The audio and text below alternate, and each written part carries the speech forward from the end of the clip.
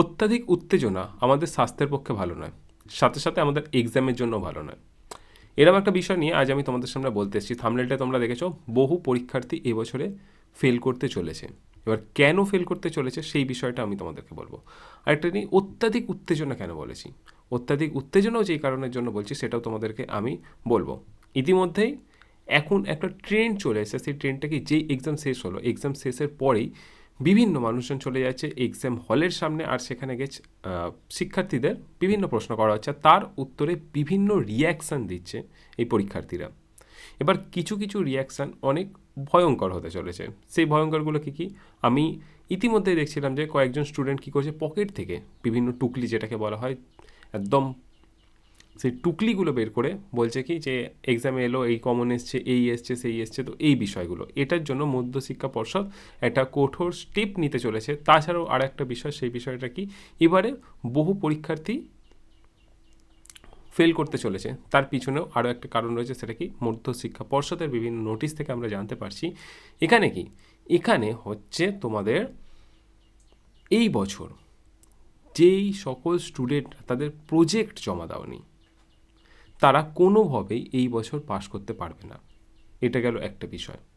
আরও একটা বিষয়, তোমাদের ড্রেস আরও কড়াকড়ি হতে চলেছে পরের বছর। যারা 2025-এ যারা মাধ্যমিক দেবে তাদের জন্য তোমাদের বলছি যে তোমাদের পোশাকের ক্ষেত্রে একদম কিছু কড়া নির্দেশাবলী নিয়ে আসতে চলেছে মধ্যশিক্ষা পর্ষদ। তার পিছনে দুটোই কারণ। সেটা হচ্ছে কি, সেটা হচ্ছে বিভিন্ন চ্যানেলের মধ্যে দিয়ে উঠে এসছে যে বিভিন্ন ছাত্রছাত্রীরা একাধিক টুকলি করতে গেছে এবং সেইগুলো তারা ধরা পড়েনি বা ঠিকঠাকভাবে তাদেরকে ধরা হয়নি, কোনো শাস্তি দেওয়া হয়নি। তো এরকমই একটা ঘটনা হচ্ছে তোমাদের হচ্ছে মালদায়।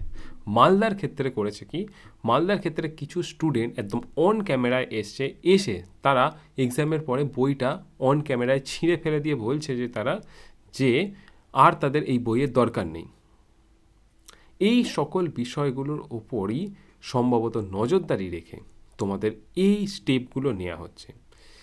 আমি তোমাদেরকে একটা কথাই বলবো, পড়াশোনা করছো খুব ভালো, আরও এগিয়ে চলো, কিন্তু এই ধরনের অ্যাক্টিভিটিগুলো করো না। অন ক্যামেরায় এই ধরনের তোমাদের অ্যাক্টিভিটি দেখেই তোমাদের ওপরেই আরও কড়া নির্দেশাবলী চাপতে শুরু হয়েছে। সেই জন্য তোমাদেরকে বলবো একদম সাবধানে থাকো, ভালোভাবে পড়তে থাকো। পড়ার কোথাও সমস্যা হলে আমাকে জানাও। আমি ছাড়াও ইউটিউবে বহু টিচার রয়েছে, তোমাদের খুব সুন্দরভাবে সব কিছু ক্লিয়ার করে দিচ্ছে, তাদের কাছ থেকে পড়ে নাও। আর এই সব অনৈতিক উপায় নেওয়ার কোনো প্রয়োজনই হবে না।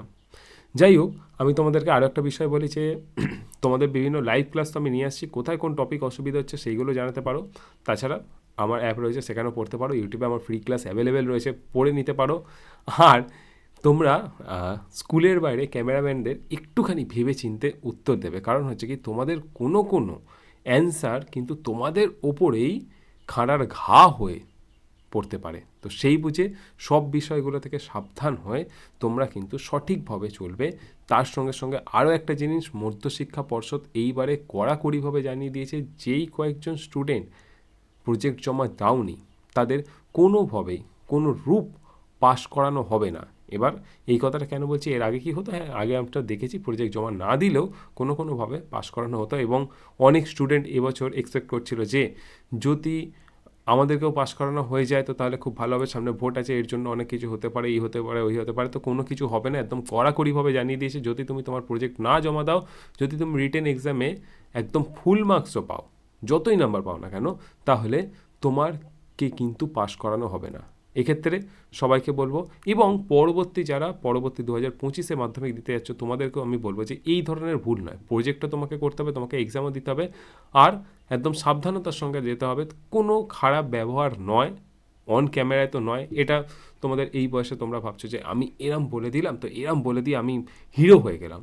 আসলে এটা হিরো নয়, এটা হচ্ছে তোমারই একটা খারাপ প্রতিচ্ছবি গোটা সমাজের সামনে উঠে আসছে। তো এক্ষেত্রে আমি সবাইকে সাবধান করব, এই ধরনের নয়।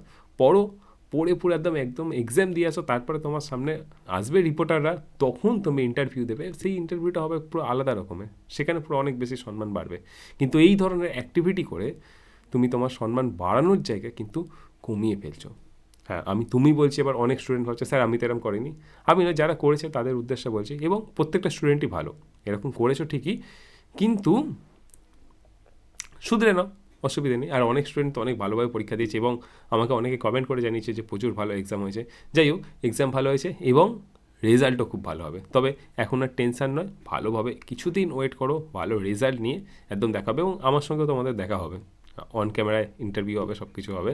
তো নো টেনশান, ভালোভাবে পড়ো। এখন যারা মাধ্যমিক দিয়ে দিচ্ছ একটু ঘোরাঘুরি করে নাও, আর যারা মাধ্যমিক দেবে তাদেরকে বলছি যে এই স্টেপগুলো দেখে নিজেদের ভুল পথে যাওয়ার থেকে নিজেদেরকে আটকাও। চলো, আজ এতটাই ছিল। আসছি নতুন ক্লাসে, নতুন কোনো আপডেটের সাথে, নতুন ভিডিওর সাথে। বিভিন্ন আমার ব্যাচ রয়েছে, সেখানে তোমরা আসতে পারো, যুক্ত হতে পারো। তাছাড়া হচ্ছে অনলাইন ক্লাস অ্যাভেলেবেল রয়েছে, ভালো লাগলে সাবস্ক্রাইব করে নাও। বিভিন্ন আপডেট তোমাদেরকে আমি এইভাবেই দিতে থাকবো। তবে আজ এতটাই ছিল, দেখা হচ্ছে পরের ভিডিওতে। চলো, টাটা, বাই বাই।